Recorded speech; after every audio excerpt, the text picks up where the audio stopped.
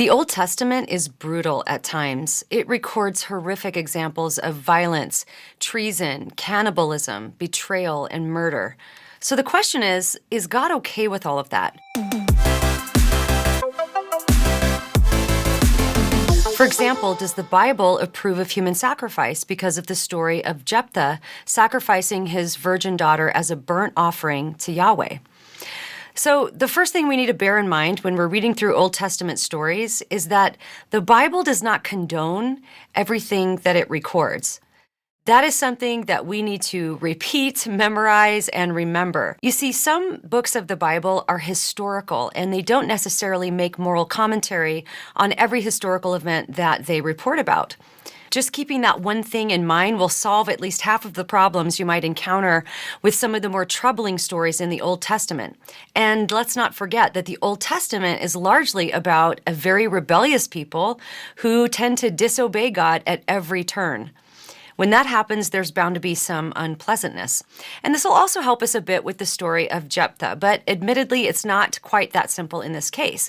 You see, after sacrificing his only virgin daughter to God, Jepthah is honored in what is often referred to as the Hebrews Hall of Faith in Hebrews 11:32.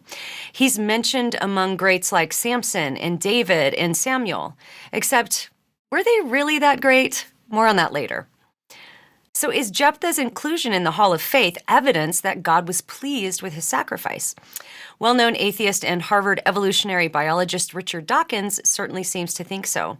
In his famous treatise against religion, The God Delusion, he refers to the story of Jepthah like this, quote, "God was obviously looking forward to the promised burnt offering," end quote. All right, let's dig into this. What does the story of Jepthah actually say? So basically, when the Ammonites declared war on Israel, the elders begged Jepthah to fight for them and to be their leader. But before going out into battle, the text says that the Spirit of the Lord came upon Jepthah so that he passed through Mizpah of Gilead. And this is found in Judges 11:29. From there, he traveled out to the sons of Ammon and made this vow to God. Here's what he said. "If you will indeed give the sons of Ammon into my hand, then it shall be that whatever comes out the doors of my house to meet me when I return in peace from the sons of Ammon, it shall be the Lord's, and I will offer it up as a burnt offering."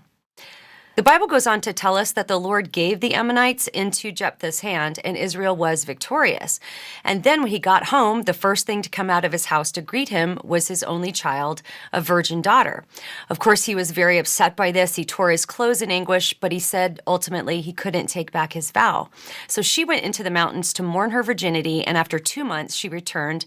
And Jepthah, quote, "did to her according to the vow which he had made, and she had no relations with a man," end quote. Now, there's a bit of debate over the interpretation of this passage. Scholars are a bit split on what they think actually happened. So interpretation number one, some scholars believe that Jepthah didn't kill his daughter at all, but rather that he sacrificed her into permanent service to the Lord associated with the tabernacle. So her service would mean that she could never marry and would remain a virgin for the rest of her life. And there really are some contextual elements that seem to justify this interpretation. For example, she agreed that he should keep his vow and went into the mountains to weep for her virginity. Notice she wasn't weeping for her life. Scholars Norman Geisler and Thomas Howe wrote this: "There was no reason for Jephthah's daughter to mourn her virginity unless she was facing a life of perpetual virginity." And at the end of verse 30, after Jepthah completes the vow, it says, "and she had no relations with a man." That would be a strange thing to say if the text was communicating that he had just offered her up as a burnt offering. Also, the Hebrew word used for burnt offering is olah, which can also mean to ascend or go up. The same word is used this way in Ezekiel 40:26. Most Hebrew words have various usages, and the context is what determines the meaning. This is why a growing number of scholars believe that in the context of virginity, Jepthah must have meant that he was dedicating his daughter to the Lord's service as a living sacrifice, not a burnt one. But the second interpretation is more common and popular, and that's that Jepthah did, in fact, sacrifice his daughter on the altar as a burnt offering after his military victory. Human sacrifice was prevalent in the surrounding cultures of the ancient world, and Israel's leaders were known to continually dabble in paganism and the worship of false gods. In fact, this is why God was so frequently upset with them and exacting judgment on them all throughout the Old Testament narrative. So regardless of which interpretation is correct, Jephthah would not have been justified in killing his daughter because human sacrifice was strictly forbidden by Mosaic law. In fact, it was punishable by death. And the very nation that Jephthah conquered was known for child sacrifice in honor of their god Molech, who was called an abomination by God in 1 Kings 11:7. In fact, child sacrifice was so morally reprehensible to God that he described certain kings as evil based on their practice or approval of it. And we can't forget that Israel's participation in child sacrifice is what caused God to allow the Babylonians to take them into captivity in the first place. So there's no ambiguity here. God absolutely detests child sacrifice. So if the first interpretation is correct, there's really no difficulty with the Jepthah story, but let's assume that the second one is correct. There are two main difficulties to wrestle with in the text. Number one, why does the text say that the Spirit of the Lord came upon Jepthah? And second, why is he in the Hebrews' Hall of Faith? There are several examples in Scripture in which the Spirit of the Lord came upon someone for a specific task who ended up doing ungodly things later. For example, the Bible describes Samson as having the Spirit of the Lord upon him when he killed a lion with his bare hands and when he killed 1,000 Philistines with the jawbone of a donkey. And Samson also slept with a prostitute and committed adultery with Delilah. And yet he was listed in company with Jephthah as a great man of faith.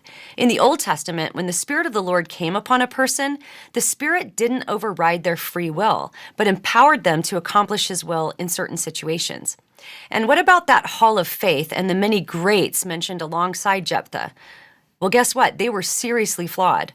David slept with Bathsheba and then had her husband murdered. Noah got drunk. Abraham lied on more than one occasion. Gideon made an ephod that was turned into an idol.